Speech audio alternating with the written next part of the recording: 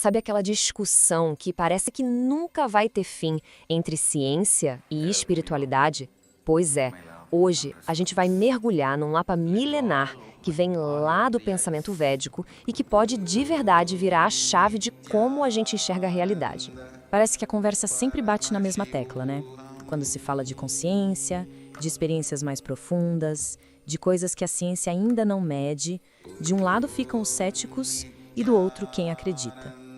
A ideia aqui é ir na raiz do porquê esse debate parece não sair do lugar. Para a gente conseguir navegar por essa conversa, vamos seguir um roteiro bem simples, em 5 partes.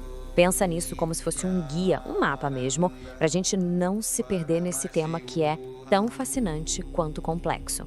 Então, o ponto de partida é que a grande confusão toda talvez venha de uma ideia bem simples, a de que só existe um plano de realidade, como se a gente tivesse uma única régua para medir absolutamente tudo que existe.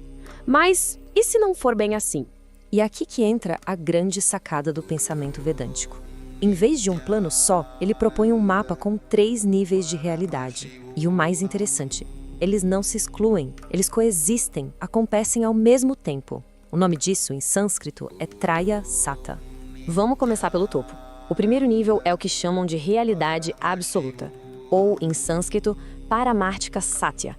Imagina a consciência pura, a fonte de onde tudo brota. Ela simplesmente é. Não depende da gente perceber, medir ou acreditar nela para existir. Agora, descendo o degrau, a gente encontra a realidade empírica, a Vyavaharika Satya. Bom, esse é o nosso mundo do dia a dia, um mundo físico, material, onde as leis da física funcionam, onde a ciência opera. É um mundo que a gente pode tocar, medir e analisar. Por fim, chegamos na realidade subjetiva, a Pratibhasika Satya. Esse é o nosso universo particular, o mundo dos nossos pensamentos, sonhos, crenças, interpretações e, claro, das nossas discordâncias. É um nível que depende totalmente da mente de cada um. Olha que interessante essa organização. Cada nível tem sua própria natureza e seu próprio domínio. A Paramartika é a fonte, a Vyavaharika é o mundo físico e a Pratibhasika é o mundo mental. É como pensar no hardware de um computador, no sistema operacional e nos aplicativos.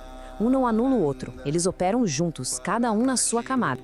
E é aqui, gente, que a coisa toda começa a fazer sentido. A maior parte das discussões sem fim, das brigas entre ciência e espiritualidade, acontece por um motivo bem simples. A gente tenta aplicar as regras de um nível para explicar fenômenos de outro. É aí que a confusão se instala. Um exemplo clássico é a ideia de que a consciência é só um produto do cérebro, da matéria. O pensamento vedântico vira esse jogo completamente. Ele diz não, a consciência, a realidade absoluta é a causa. A matéria e a mente individual são, na verdade, os efeitos. Outra coisa muito comum é pensar assim, se não dá para medir, não existe. Mas e se o problema não for o fenômeno, e sim a nossa régua? A realidade absoluta, a Paramartika Satya, não precisa da nossa aprovação ou de um aparelho para ser real. Ela simplesmente é, independentemente de nós. E isso muda totalmente como a gente olha para fenômenos extraordinários, como os SIDs, que são descritos como capacidades especiais. Nessa lógica, eles não são sobrenaturais ou uma quebra das leis da física. Eles apenas operam a partir do nível mais fundamental, o nível absoluto, de onde as próprias leis físicas surgem. E tudo isso vai construindo um caminho para uma outra forma de saber, de conhecer as coisas. Uma forma que vai além do nosso intelecto, do nosso raciocínio. As fontes chamam isso de superconsciência.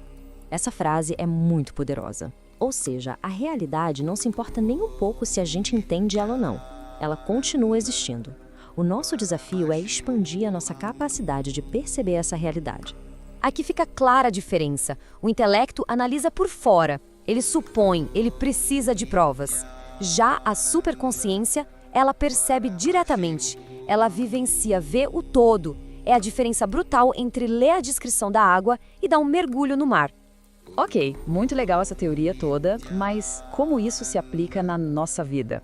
Bom, a resposta é que esse mapa serve como uma ferramenta poderosa de autoconsciência.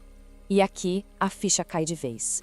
Quando alguém discorda de algo, isso não significa que a verdade foi invalidada. Significa apenas que aquela pessoa está observando o mundo de um nível de percepção diferente. A discussão não é sobre o que é real, mas sobre de onde cada um está olhando. E para fechar, fica essa reflexão.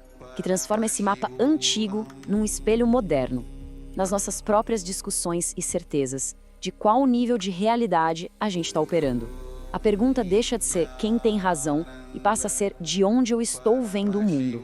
Uma pergunta para levar e refletir.